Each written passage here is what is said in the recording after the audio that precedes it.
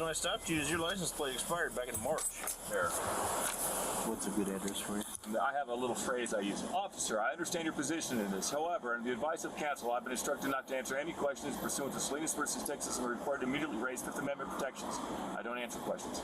Okay, sir, you have been stopped for... I got it. For a reason. You've got my driver's license. We're done. Can I get a phone number from you? Once again, I don't answer questions. My party is refusing to answer questions, so I'll probably hit him with obstruction, including expired plate. You heard that right. Obstructing for not answering questions. I am going to give you a ticket today. Yeah, If you refuse to give me any more information as far as your address or phone number, I'm going to charge you with obstruction as well. Nowhere in Colorado's revised statutes does it qualify exercising the Fifth Amendment as obstructing. There's your ticket. There's your information. And here's my card. Have a good day, sir.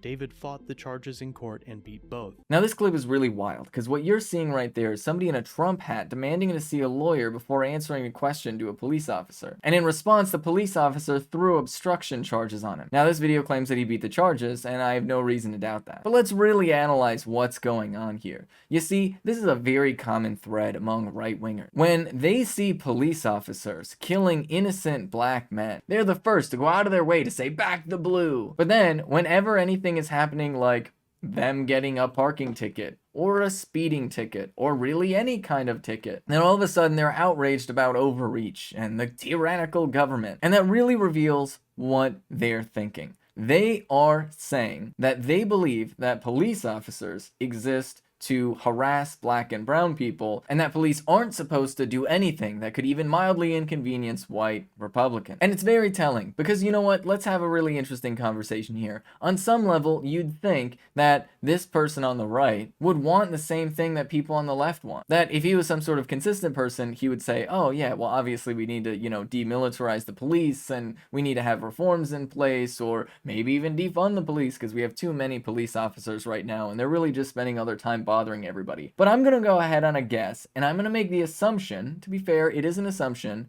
that this person wearing a Trump hat doesn't actually think that and doesn't actually say that. So is this person being a hypocrite? I don't think so. I actually think that what a lot of people often portray as hypocrisy among right-wingers is actually perfectly consistent racism. They just don't say it's racism because they know enough to know that if they outwardly call themselves racist and acknowledge their racism, that people would be upset by that. And that's very uncool and a very unpopular thing to say and do. But they don't know enough to realize that their racism isn't really that subtle, and it's actually quite obvious. So while you could probably have a conversation with this person in a purely theoretical vacuum about what police officers should do when they're pulling somebody over, anytime that there's any actual real-life situation where a police officer is violating somebody's rights, or, bursting into somebody's apartment in the early morning, then all of a sudden they turn around to say, "Back the blue." But then there's another side of this, and that is the side of the police officer, because you see, police officers don't actually care what the law is.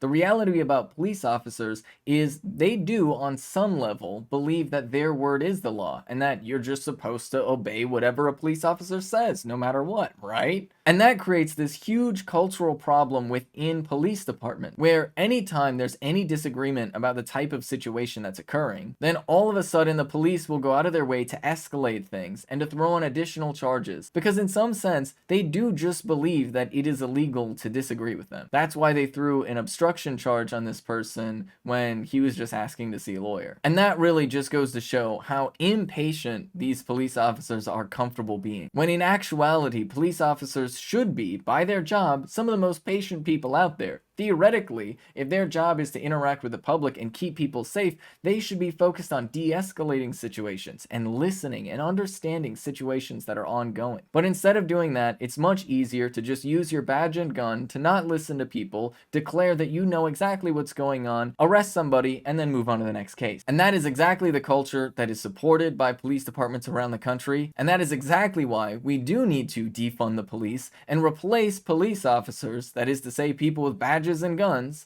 with people who are actually focused on waiting, listening, and de-escalating.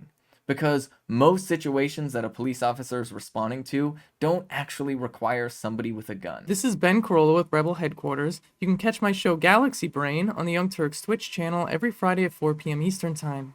If you want to stay up to date with my content, you can follow me at Benjamin Carollo on Twitter. And for those of you that might be wondering or have noticed, my pronouns are in fact she, her.